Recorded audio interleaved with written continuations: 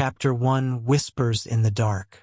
The city of São Paulo buzzed under a relentless rain, with streets illuminated by flickering neon lights and distant headlights. In the heart of this dark and pulsating scene lay the office of Marcos Montenegro, a private detective known for both his skill and unwavering determination.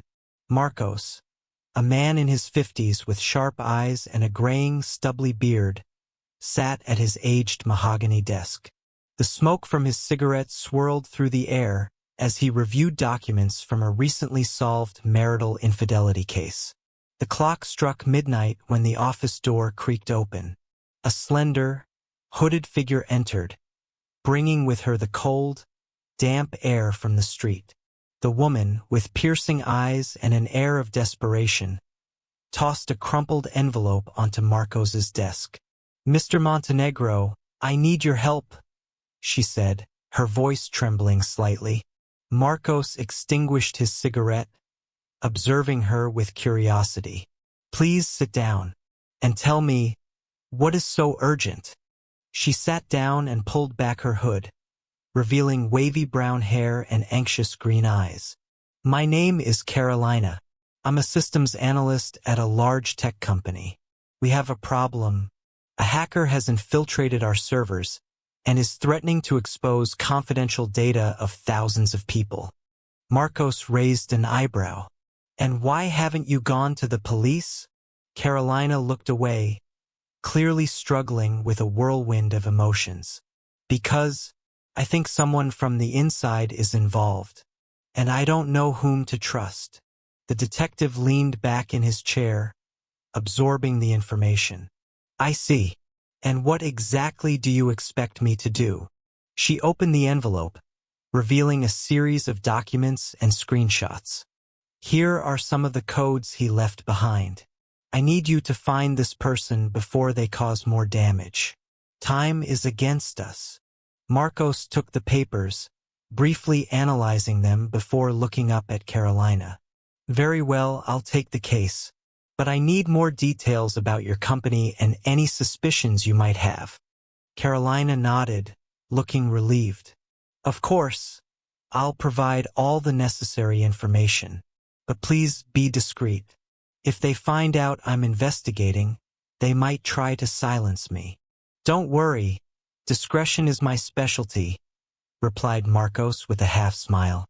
"We'll start with a visit to your workplace tomorrow morning. Now go home and try to get some rest. Tomorrow will be a long day." And so, with a new spark of mystery in the air, Marcos Montenegro embarked on another case that promised to be as complex as it was dangerous. The hunt for the hacker had begun, and he knew every second counted. Chapter 2: The First Breach. The sun had barely risen when Marcos Montenegro, donning his trusty overcoat and hat, entered the sleek lobby of TechCorp. The tech company, with its glass walls and air of modernity, starkly contrasted with the detective, a relic from the times when solving crimes relied more on instinct than on bytes and algorithms. Carolina was waiting in the lobby, now looking more professional, though the signs of worry were still evident on her face. She led Marcos through a maze of corridors to a conference room where a large screen displayed complex graphs and lines of code. "This is the control room," said Carolina, indicating the monitors. "This is where we monitor all network activities. It was here that we first detected the intrusion." Marcos looked around, absorbing every detail. "And when exactly did this happen?" "3 nights ago," Carolina replied, pulling up a chair for him. "Our security system detected unusual activity. Someone was trying to access our central servers." A young technician with thick-rimmed glasses and tousled hair entered the room. "This is Lucas, our cybersecurity specialist," Carolina introduced. "He was the first to notice the intrusion." "Mr. Montenegro, a pleasure," said Lucas, shaking Marcos's hand with nervous enthusiasm. "I managed to trace part of the attack to an offshore server. But the hacker is clever. They cover their tracks well. Marcos leaned in to examine the code on the screen. And is there any clue about who might be doing this? Something that might have been overlooked? Lucas shook his head, frustrated.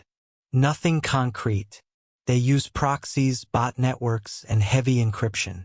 But if you look here, he pointed to a line of code. There's something peculiar about this pattern. It's like they're leaving a signature, an intentional digital trail. An intentional digital trail? Marcos frowned.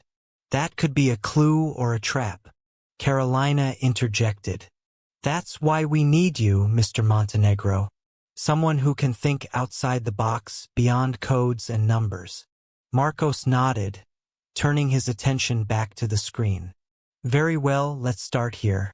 I need all information on who had access to the servers in the past few days and a detailed profile of key employees. Someone might be facilitating this hacker. As Carolina and Lucas began compiling the data, Marcos sat down, lit another cigarette, and started connecting the dots in his mind. He knew he was dealing with a formidable enemy, someone who not only had impressive technical skills, but also the audacity to leave a trail, challenging anyone to follow. Hours passed as the team gathered information and Marcos began to form a mental profile of the hacker. He knew time was against them and that every lost second could mean more lives ruined. Night fell once again over the city, and the sense of urgency intensified. Detective Montenegro was determined. He knew that to win this battle, he would need to get into the hacker's mind, understand their motivations, and predict their moves. And so, in the heart of TechCorp, the hunt for the invisible enemy continued. Chapter 3. The Invisible Enemy. Night fell over Sao Paulo, cloaking the city in darkness and flickering lights. The window of Marcos Montenegro's office offered a privileged view of this urban spectacle, but he barely noticed. His eyes were fixed on the information spread across his desk, employee dossiers, access logs, and a complex web of connections. The phone rang, breaking the silence. It was Lucas. Mr. Montenegro, we found something. You need to see this. Minutes later, Marcos was back in TechCorp's control room. Lucas and Carolina awaited him, tension evident on their faces. What do you have for me, Lucas? Marcos asked, approaching the monitors. Lucas pointed to a series of lines of code. Here is the hacker's signature. It's almost like he's toying with us, leaving encrypted messages. But the most intriguing part is this. He clicked, revealing an encoded image that unfolded into a pixelated photograph. Marcos leaned in, analyzing the image. It was a shadowy figure, seen from behind, surrounded by multiple computer screens. The hacker's digital signature was evident, but there was something more. This is a taunt, Marcos murmured. He wants us to know he's a step ahead. Carolina frowned. But why? What's his goal? Marcos leaned back, lighting a cigarette. Sometimes power is the motive. Sometimes it's chaos. But to uncover the truth, we need to get into his mind. While Marcos pondered, Lucas continued working frantically on the computer. There's something else, Mr. Montenegro. The hacker is using an encryption pattern that isn't common. It seems personal, perhaps a unique signature. Personal. Marcos squinted. Maybe a pattern that means something to him. A clue about who he is. Suddenly, the lights in the room flickered, and the monitors froze. A distorted laugh echoed through the speakers, followed by a synthesized voice. Nice try, detective, but you'll never catch me. I am the chaos you'll never contain. Marcos clenched his fists, frustration evident. He's watching us. I need to know more about you, Carolina, and everyone else. Anyone could be an accomplice. Carolina, visibly shaken, nodded. I understand. I'll provide all the profiles and histories. But, do you think he's here among us? There's only one way to find out, Marcos said, extinguishing his cigarette. And I'll do it, even if I have to turn over every stone in this company. The hacker's voice dissipated, but the feeling of being watched lingered. Marcos knew the game was just beginning, and that the invisible enemy was more dangerous than he had imagined. Chapter 4. The First Clue. The day dawned with a gray and heavy sky, reflecting the tense atmosphere at TechCorp. Marcos Montenegro sat in his improvised office, his eyes fixed on the laptop screen. He had spent the entire night sifting through records and profiles, trying to find a clue that could lead to the hacker. Carolina entered carrying a thick folder. Here are all the profiles you requested, Mr. Montenegro. Detailed histories of every employee with server access. Marcos took the folder and began flipping through the documents. Anything out of the ordinary? Any detail could be important. Carolina shook her head. Nothing has stood out so far. But Lucas found something interesting in the access logs. Lucas appeared right behind her, holding a tablet. Mr. Montenegro, we discovered an anomalous access pattern. It looks like someone is using credentials of an employee who was terminated 6 months ago. Marcos raised an eyebrow. 6 months? And no one noticed. He was a senior software engineer, Daniel Reese. He was fired for inappropriate behavior, but it seems his credentials were never fully revoked, Carolina explained. Marcos frowned, thoughtful. That's a significant security oversight. Where can I find this Daniel Reese? Carolina handed him a written address. Here it is. But be careful, he was known to be unstable. Marcos took the paper and stood up. I'll pay this guy a visit.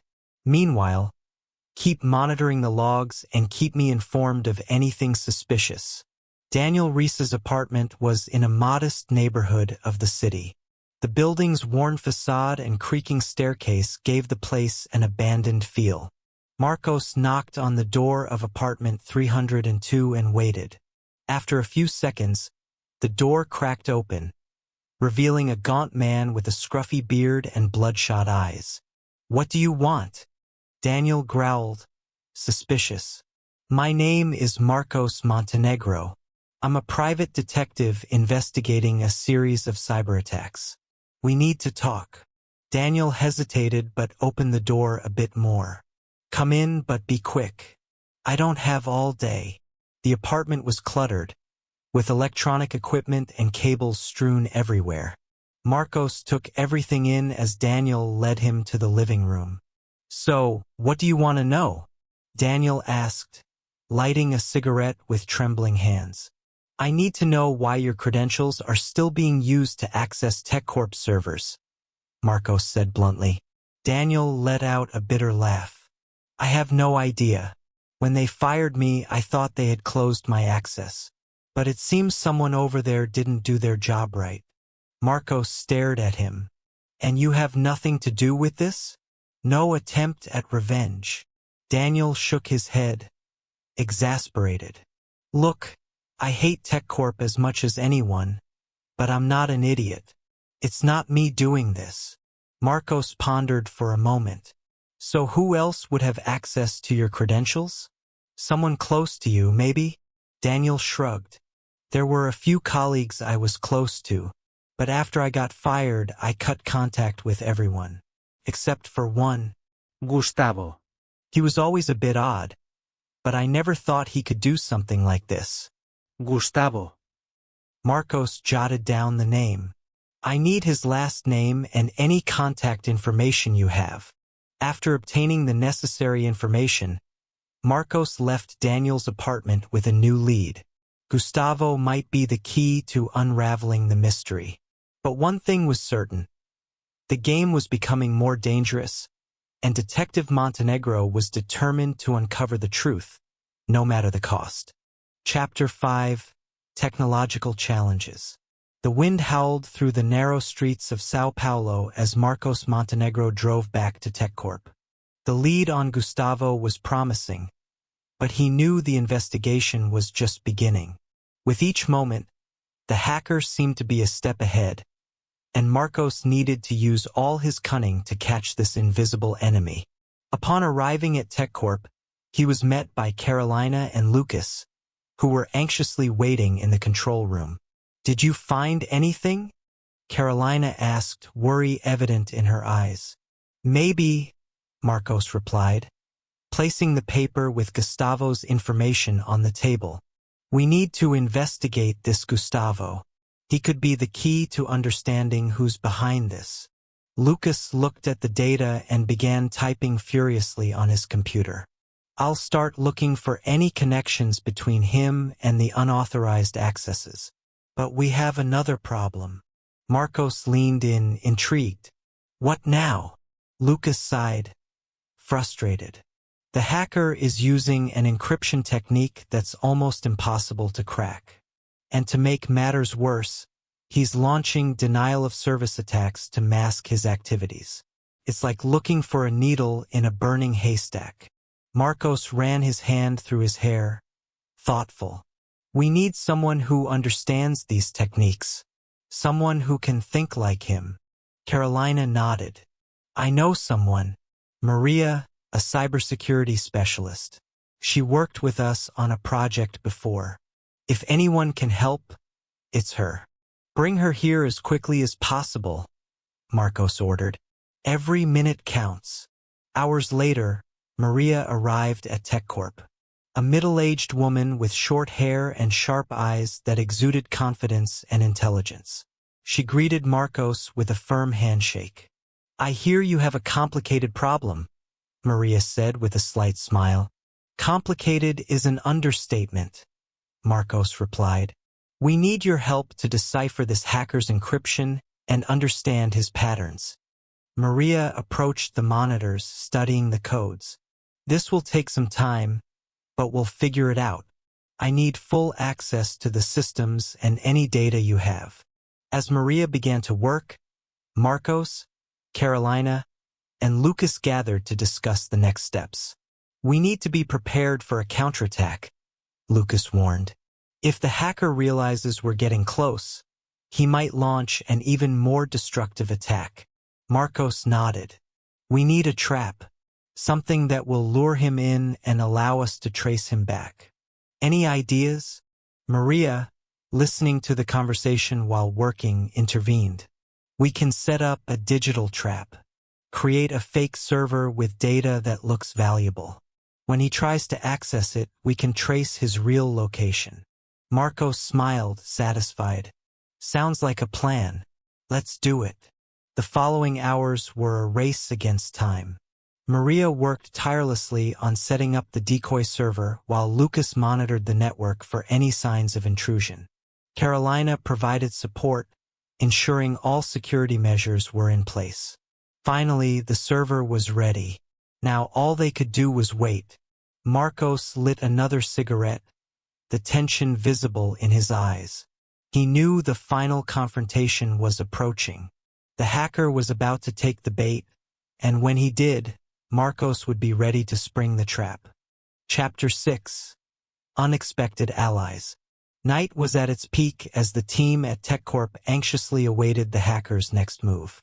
The control room was silent except for the constant sound of keyboards as Maria and Lucas worked tirelessly. Marcos watched every detail, his gaze fixed on the monitors, waiting for the crucial moment when the trap would close. Suddenly, the main screen flickered, and a message appeared. "He's taken the bait," Lucas said, his voice filled with tension and excitement. "He's trying to access the fake server." Maria stepped closer, typing rapidly. "We need to trace his location before he realizes it's a trap." Marcos lit a cigarette, his face illuminated by the glow of the screens. "How long until we get a precise location?" "Not long," Maria replied. "We just need to keep him connected for a few more minutes." As Maria and Lucas worked, Carolina brought a cup of coffee to Marcos, who accepted it with a nod of thanks. "This is wearing us all down," she said with a sigh. But we're close. I can feel it. Marcos took a sip of the coffee, his eyes never leaving the screens. We need to be ready for anything. If he realizes we're tracing him, he might try to counterattack. Suddenly, an alarm sounded, and the monitors displayed a location. Maria smiled triumphantly. We got him. He's operating from an abandoned warehouse in the industrial zone. Marcos extinguished his cigarette and stood up quickly. Lucas, Carolina, you stay here and keep monitoring. Maria, you're coming with me. We're going to catch this bastard.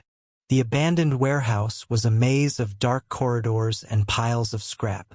Marcos and Maria moved cautiously, guns drawn and senses alert. The silence was oppressive, broken only by the distant sound of dripping water. He's got to be here somewhere, Marcos murmured, his eyes scanning every shadow. Suddenly, a metallic sound echoed through the room. Maria pointed her flashlight at the source of the noise, revealing an improvised setup of computers. Cables were strewn about, monitors were on, and a man with his back turned was typing frantically. Freeze right there, Marcos shouted, aiming his gun. The man turned slowly, revealing a young face marked by exhaustion but with a look of defiance. It was Gustavo. I knew you would come, Gustavo said with a cold smile. But you're too late, detective. Maria began to approach the computers, trying to disconnect the system. You'll pay for this, Gustavo. For every life you've put at risk. Gustavo laughed, a bitter sound devoid of joy. You really think you can stop me? This is just the beginning. Others like me are out there, ready to take control. Marcos advanced, pinning Gustavo against the wall. This ends here and now.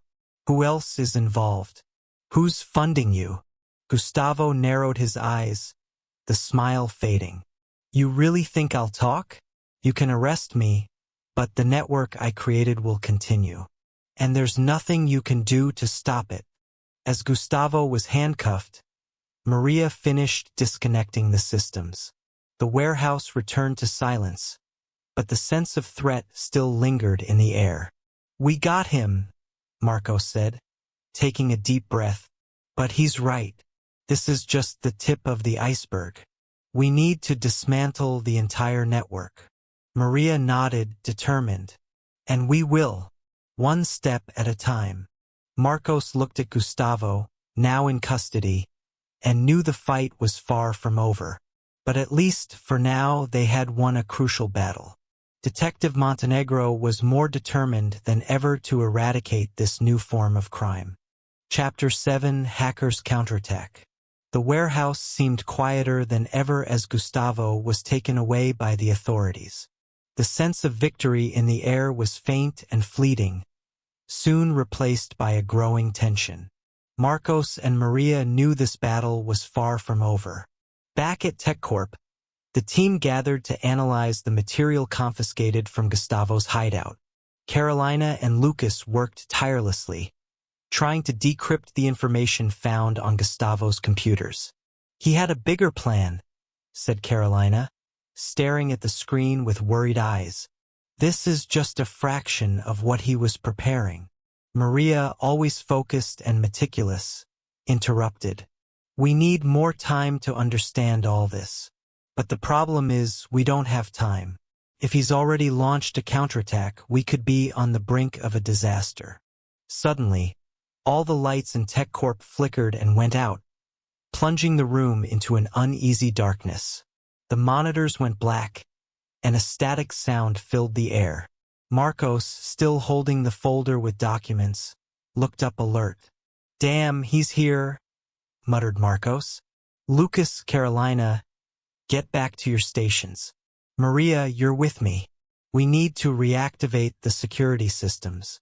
As everyone rushed to their stations, Marcos and Maria descended to the server room. The place was covered in dancing shadows, with emergency lights blinking sporadically. Marcos pulled a flashlight from his pocket and turned it on, illuminating the way. He must have planted a virus in the systems, explained Maria while typing frantically on her tablet. We need to find the origin and cut it off before it causes more damage. Upstairs, Carolina and Lucas fought to keep the network under control. Every second counted, and data flowed in a torrent of information difficult to contain. "Mr. Montenegro, we're losing control," shouted Lucas over the intercom. Marcos gritted his teeth, illuminating the server racks with the flashlight. "Maria, we need to act fast." Suddenly, a screen lit up in front of them, displaying the image of Gustavo, smiling sinisterly. "You think you can stop me?" His voice was distorted, echoing through the room. "This is just the beginning. The true revolution is about to start." Marcos clenched his fists. "We're going to end this, Gustavo. You're not going to win." Maria, not wasting time, started typing commands into the main console. "I'm trying to isolate the virus. If we can cut it off here, we can regain control." The digital battle continued, with Gustavo launching attacks and Maria defending, each move a dance of logic and strategy. Finally, Maria found the virus's origin. "I got it. I'm disabling it now," Maria announced, pressing the final command. The lights in TechCorp flickered and stabilized. The systems returned to normal, and Gustavo's image disappeared from the screen. Marcos let out a sigh of relief but knew the war was far from over. Back in the control room, Carolina and Lucas also sighed in relief. "We did it for now," said Carolina, exhausted. "But we know he's still out there." Marcos nodded. "Yes, he is, and that's our next mission. Hunt him down and end this network once and for all." The tension remained, but so did the determination. The TechCorp team was ready to face whatever came next, with Marcos Montenegro leading the charge against the invisible enemy. Chapter 8. Discovering the Motive. Morning light seeped through the windows of TechCorp, but the fatigue was evident on everyone's faces. After the intense battle with the hacker, the team knew that a brief calm had arrived, but the storm had not yet completely passed. Marcos Montenegro sat at the table with a pensive look, while Carolina and Lucas reviewed the newly recovered information from the systems. "We need to understand his motive," Marcos said, breaking the silence. "Only then can we predict his next moves." Maria entered the room, bringing a pile of documents and a laptop. "I spent the whole night analyzing the data. I think I found something." Everyone gathered around the table as Maria connected the laptop to a projector. On the screen appeared a complex diagram, full of connections between people, events, and financial transactions. "Gustavo isn't acting alone," Maria began. "He's part of a larger network, something that calls itself the Collective. They are digital activists, hackers who believe they are fighting against corruption and abuse of power." Marcos frowned. "So, he sees himself as a vigilante?" "Exactly," Maria replied. "But their actions are far from heroic. They justify any collateral damage as a necessary evil for a greater good." Carolina examined the connections on the screen. "This looks like a pattern of donations and funding. They have financial support from various sources, some of them seemingly legitimate. But what really caught my attention was this," Maria continued, enlarging a section of the diagram. "Here, we found a series of encrypted messages exchanged between Gustavo and someone named Alpha." Lucas adjusted his glasses, intrigued. "Alpha? Who is he?" "Probably the leader or mentor of the group," Maria suggested. "He directs and funds the operations. And from what I could decipher, he's planning something big." Marcos rubbed his chin, thoughtful. "We need to find out who Alpha is. He's the key to dismantling this network." Carolina looked at the data on the screen. "What if he's here in Sao Paulo? We could track his financial activities and see if we can get a lead."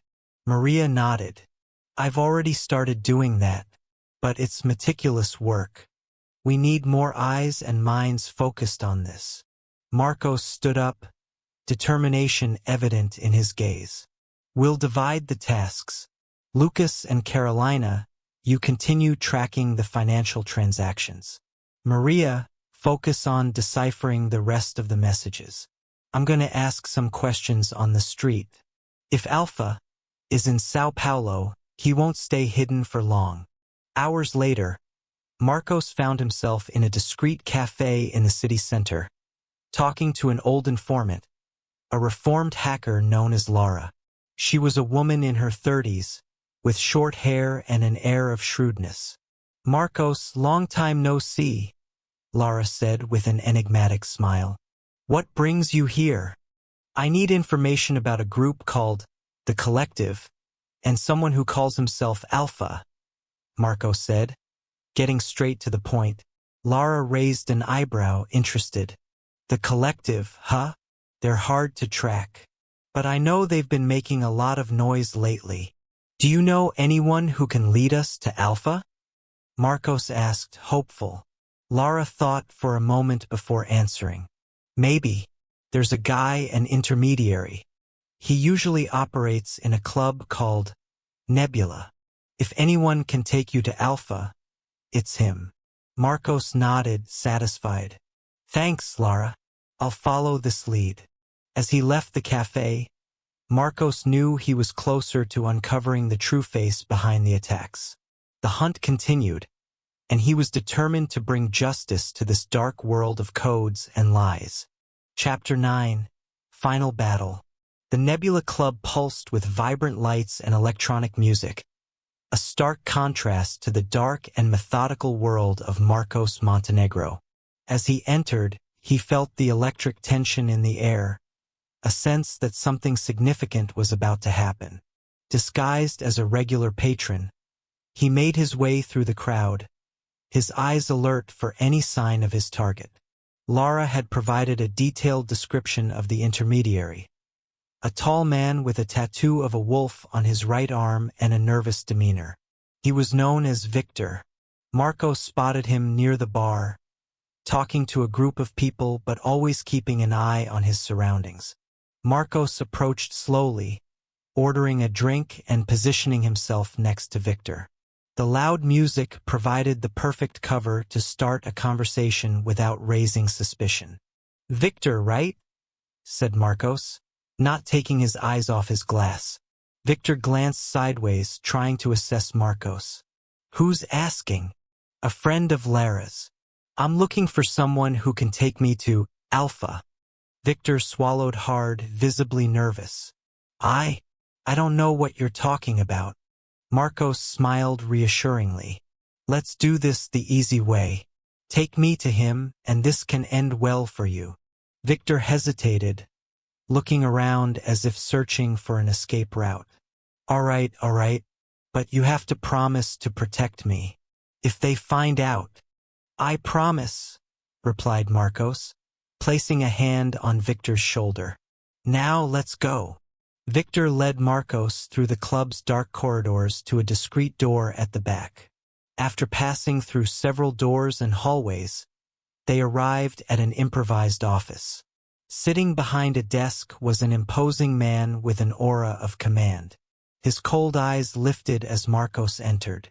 So you're the famous Detective Montenegro, said the man, his voice dripping with disdain. I've been expecting you.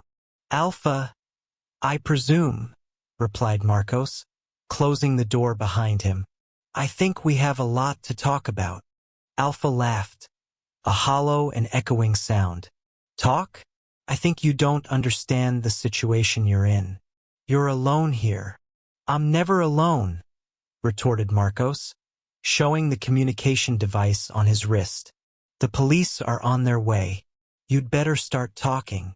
Alpha stood up slowly, his eyes gleaming with a mix of anger and admiration. You really think you can stop what we started? You're just a grain of sand in the tide of change. Maybe, said Marcos firmly, but even a grain of sand can jam a well-oiled machine. Before Alpha could respond, the door was kicked open and the police stormed in. Victor was immediately restrained, while Alpha tried to resist but was quickly overpowered. As the officers escorted Alpha and Victor away, Maria entered the room, breathing a sigh of relief. "You did it, Marcos. It's the end of the line for them."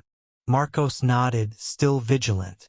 "Yes, but the real battle is just beginning. We need to dismantle the entire network. Every member, every accomplice." Maria smiled, confident. "And we'll do it. Together." Detective Montenegro knew the road ahead would be long and arduous, but for the first time in a long while, he felt the tide was starting to turn. Justice was finally within reach. Chapter 10: Conclusion and Reflection. Rain fell heavily over Sao Paulo, each drop like a whisper in the night. Marcos Montenegro stood in front of the TechCorp building, watching the distant glow of lightning cutting through the dark sky. The city seemed to breathe a sigh of relief after recent events, but he knew the battle against cybercrime was far from over. Inside the building, the team was gathered, celebrating the capture of Alpha and the dismantling of a significant part of the hacker network. Carolina, Lucas, and Maria looked exhausted but relieved, each aware of the crucial role they had played. Marcos entered silently, taking in the atmosphere of contained celebration. "We achieved a great victory today," Carolina said, raising a cup of coffee in an impromptu toast. "But we know there's still a lot to be done." Lucas nodded, his eyes still fixed on the computer screens, where new data continued to be analyzed. "We're mapping other connections. This was just the beginning." Maria approached Marcos, a tired but genuine smile on her face. "You did a great job, Marcos. Without you, we wouldn't have gotten this far." Marcos lit a cigarette, the flames glow reflecting in his eyes. "It was a team effort. All of you were essential, but we need to stay vigilant. Technology advances quickly, and so do our enemies." They sat around a table where a stack of files awaited review. As they discussed the next steps, Marcos couldn't help but reflect on the events of the past weeks. The complexity of cybercrime, the need for constant adaptation, and the importance of cooperation had become clearer than ever. Alpha mentioned something about a new target before he was taken away, Maria said, breaking the silence. "We need to find out what he was planning and who else is involved." Marcos nodded. "We'll continue the investigation, but for now take a moment to breathe. You all deserve it." The team agreed, but Marcos knew the respite would be brief. The responsibility of protecting the innocent from these invisible threats weighed on his shoulders, but he was more determined than ever to continue the fight. Stepping out onto the balcony, he looked at the city, now quiet under the steady rain. The smoke from his cigarette rose slowly, blending with the nighttime mist. He knew he had won a battle, but the war against cybercrime was unending. Still, with allies like Carolina, Lucas, and Maria by his side, he was confident they could face any challenge that came their way. As dawn broke, a new determination shone in Marcos Montenegro's eyes. The detective was ready for whatever came next, knowing that justice was a continuous path, full of unexpected turns and hidden dangers. But he was prepared, armed with his experience, intelligence, and most importantly, a team he could trust.